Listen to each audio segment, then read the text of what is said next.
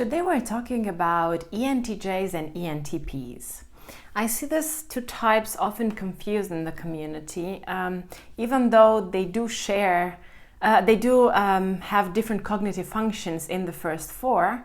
There's still quite a lot of people who ask me questions about how to tell apart an ENTJ from an ENTP. What kind of things you can look at in order to tell the cognitive functions that these types have preferences for, the way they interact with other people, and so on and so forth. So this is what we will be discussing about in the next few minutes. If you haven't already, please don't forget to like and subscribe, and let's dive in.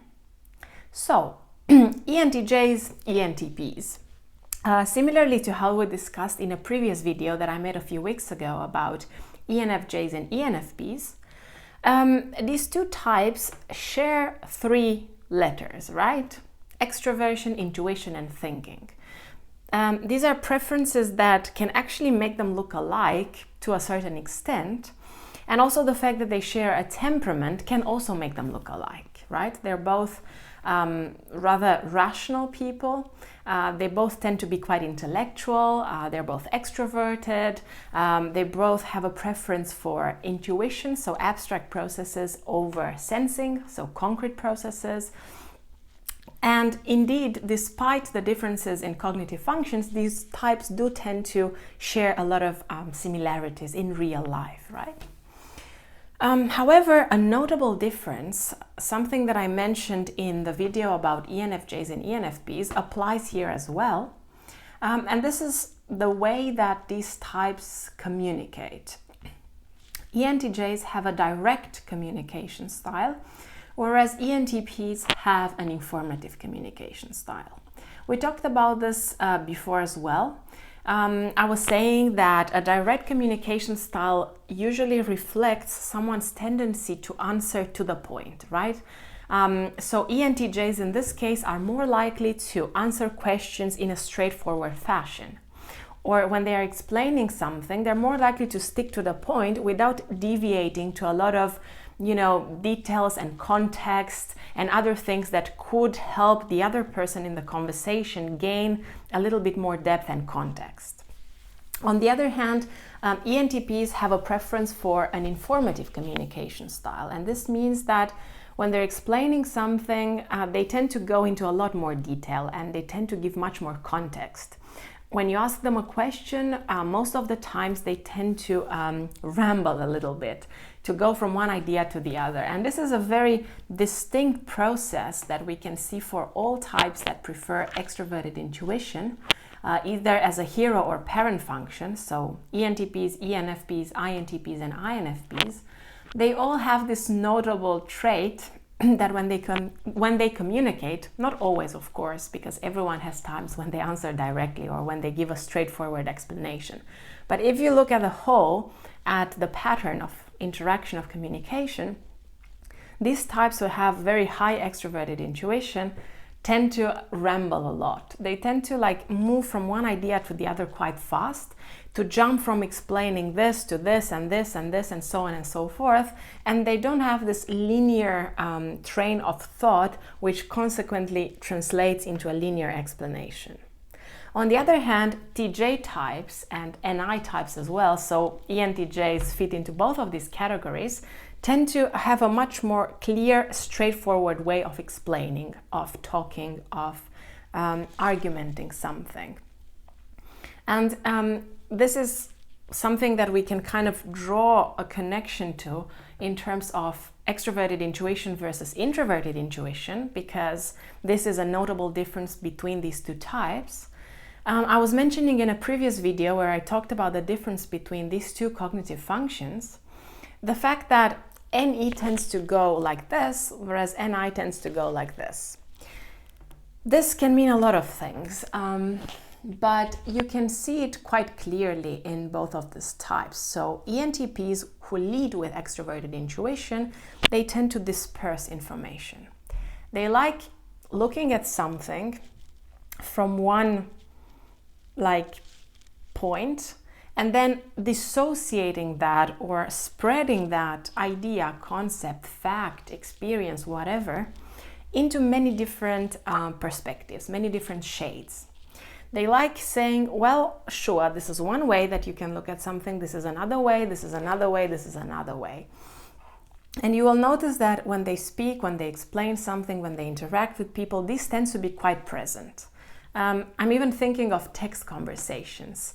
I'm not saying this is like scientific or 100% true, but I did see this tendency for NE types to like have a pretty scattered conversation style. Like they tend to write many messages, they can be quite short, but like jumping from one idea to the other, whereas for ENTJs, for types that prefer NI over NE, they tend to have a more like narrow way of looking at things. Like they look at all of the ideas and they appreciate the multitude of perspectives and like concepts and so on. And they kind of draw everything together into one single coherent conclusion about something. Also, because of this difference between NI and NE, ENTJs have a more direct focus when they look at the future, because NI tends to direct their attention towards the long-term future in terms of what plans they want to achieve. What are the things that they are aiming towards? And they have a much more laser focus towards those things that they really care about, towards those things that matter to them the most, that they appreciate the most, that they want to accomplish. I'm not saying that ENTPs cannot do it, but as a preference, ENTPs tend to be much more imaginative about the future. They are more likely to think about multiple ways that the future could turn out, pondering at all of these perspectives and possibilities, and they have much more resistance to the idea of being, kind of caged.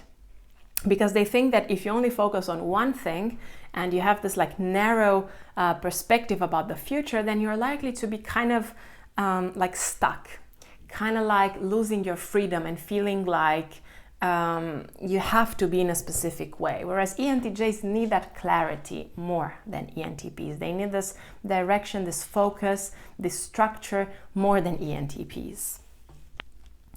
And this is something that could possibly relate as well to an extent to TE, so extroverted thinking, the hero function of ENTJs, and then TI, introverted thinking, the parent function of ENTP, so the second one. Again, TE versus TI is another notable difference, and this is something that I touched on in a previous video where I talked about these two functions compared. But extroverted thinking is much more likely to look at information from the outside and kind of understand it in terms of how reliable is this information. They're more likely to turn to experts and like sources that they can trust to take that information and use it, apply it, make sure that there's an efficient way to move towards their goals.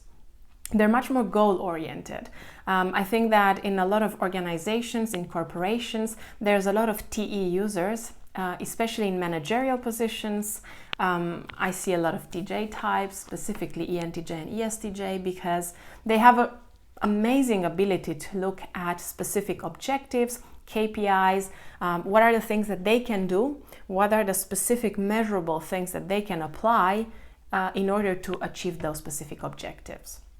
Whereas TI, introverted thinking, is much more likely to say, well, sure, it's likely that someone who has more expertise in a specific topic will give some information that is more reliable, but that's not necessarily the case. And introverted thinking tends to, like I like to say, take the information, fit it into their mental puzzle, and take some time to see whether that actually fits with their internal logical framework that describes how something works, how a system functions.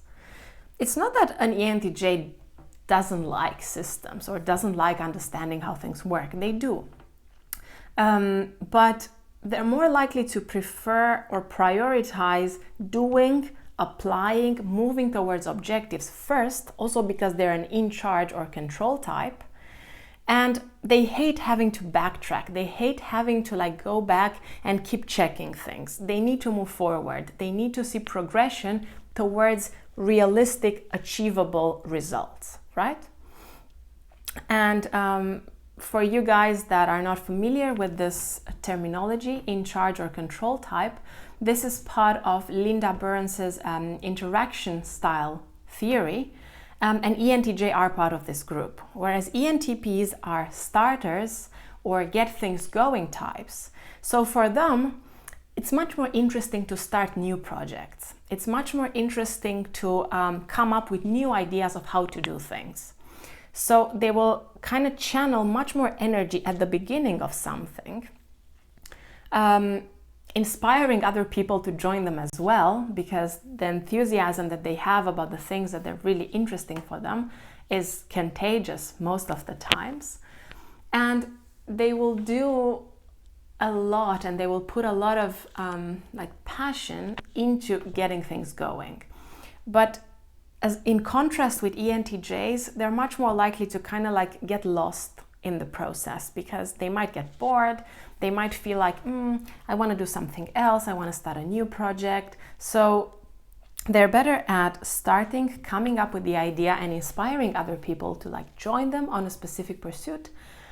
But they're less likely to have this laser focus on objectives, KPIs, specific measurable things, something that ENTJs are much more natural at. This is something that is quite easy to see in organizations. I've seen ENTPs in managerial roles, and they can be excellent at it. Also good at like meeting objectives, meeting deadlines. It doesn't mean that if they are perceivers, they can't do it. It's a misconception. But their approach, the way they talk about it, the way they lead people is quite different. So this is one other thing that we need to take into account. And then we've also got introverted feeling and extroverted feeling, something that is relevant to mention here as well, because I find that this is something we can tell quite easily. ENTPs have child extroverted feeling, their third function. So they're much more likely to express their feelings. They're much more likely to try to connect emotionally with other people. A lot of them even think they're feelers at the beginning when they start learning about typology, before they understand cognitive functions and so on, because they do care a lot about making people feel good, making people feel happy. Whereas ENTJs, it's not that they don't care about it, but with their introverted feeling, especially as an inferior function, they're much more likely to not care so much about this emotional expression. They're much more likely to tell you as it is, and oh well, it upsets you, too bad. My goal is not to hurt you, my goal is to help you improve. So with their demon extroverted feeling, this emotional expression and this cute naive way that FE child has into connecting with others will not be so obvious in ENTJs. They are much less likely to do it. And focusing on their introverted feeling, they will be more in tune with their feelings and values rather than those of other people. It's not a strong function, it's an inferior function, so I'm not saying it's like something they think a lot about or something that comes very naturally to them, but it's still more likely to happen. While, focusing on how other people are feeling and connecting and expressing their emotions is not something that they care a lot about. So these are a few thoughts about the differences between ENTJs and ENTPs. We talked about differences in communication style, interaction style, as well as cognitive functions. What else have you noticed about these two types? What other differences do you think are important to mention? Share your thoughts below, and as always, thanks a lot for watching this video. If you haven't already, please don't forget to like and subscribe, and see you next week.